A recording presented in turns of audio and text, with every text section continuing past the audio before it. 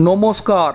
2024 লোকসভা ভোটের ফলাফল প্রকাশিত হওয়ার পরে যেভাবে সদ্য বিষ্ণুপুর লোকসভা কেন্দ্র থেকে বিজেপির প্রতীকে জয়ী সাংসদ সৌমিত্র খাঁ জেতার পরে যেভাবে তৃণমূল নেতা অভিষেক বন্দ্যোপাধ্যায়ের প্রশংসা করেছিলেন এবং এই দিন যেভাবে তৃণমূলের একজন প্রভাবশালী নেতার পা ছুঁয়ে যেভাবে সৌমিত্র খাঁ প্রণাম করলেন, এটা দেখার পরে এখন অনেক জায়গাতে আলোচনার বিষয়বস্তু এটাই, তাহলে কি খুব শীঘ্রই সৌমিত্র খাঁ তৃণমূলে ফিরতে চলেছেন?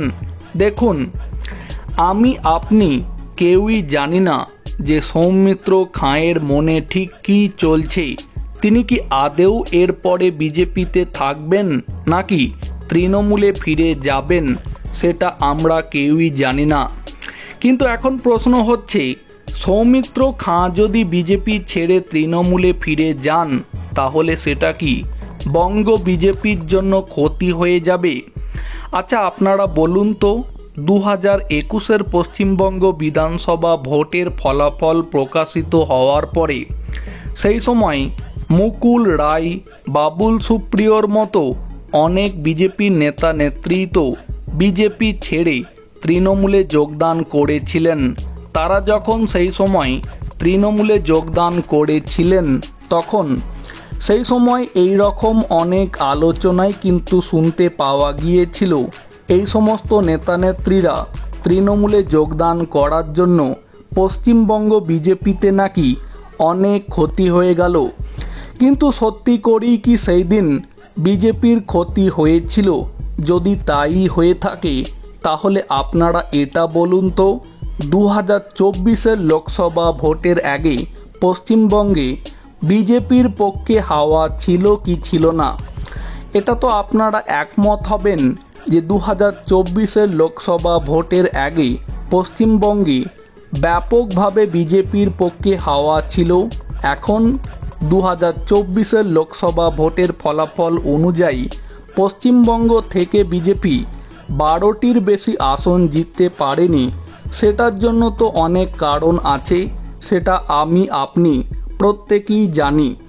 কিন্তু এখন ঘটনা হচ্ছে, সৌমিত্র খাঁ যদি বিজেপি ছেড়ে তৃণমূলে চলে যান, তাহলে সেটা কি বিজেপির জন্য ক্ষতি হবে?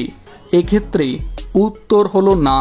কেননা পশ্চিমবঙ্গ বিজেপিতে এই মুহূর্তে বিজেপির জন্য যেটা চিন্তার বিষয়, সেটা হচ্ছে বিজেপিকে আগামীতে বুথভিত্তিক সংগঠন আরও মজবুত করতে হবে এবং সাম্প্রতিক সময়ে যে দুটি বড় নির্বাচনে তৃণমূলের তৈরি করা বিভিন্ন ফাঁদের জন্য বিজেপিকে পরাস্ত হতে হয়েছে, সেই কারণগুলো যদি বিজেপি খুঁজে বের করে আগামী 2 বছর পরে যে 2026 পশ্চিমবঙ্গ বিধানসভা ভোট আছে, তার আগে সমস্ত কিছু যদি ঠিকঠাক করে নিতে পারে, তাহলে বিজেপির জন্য সেটা আর কোনো চিন্তাই থাকবে না।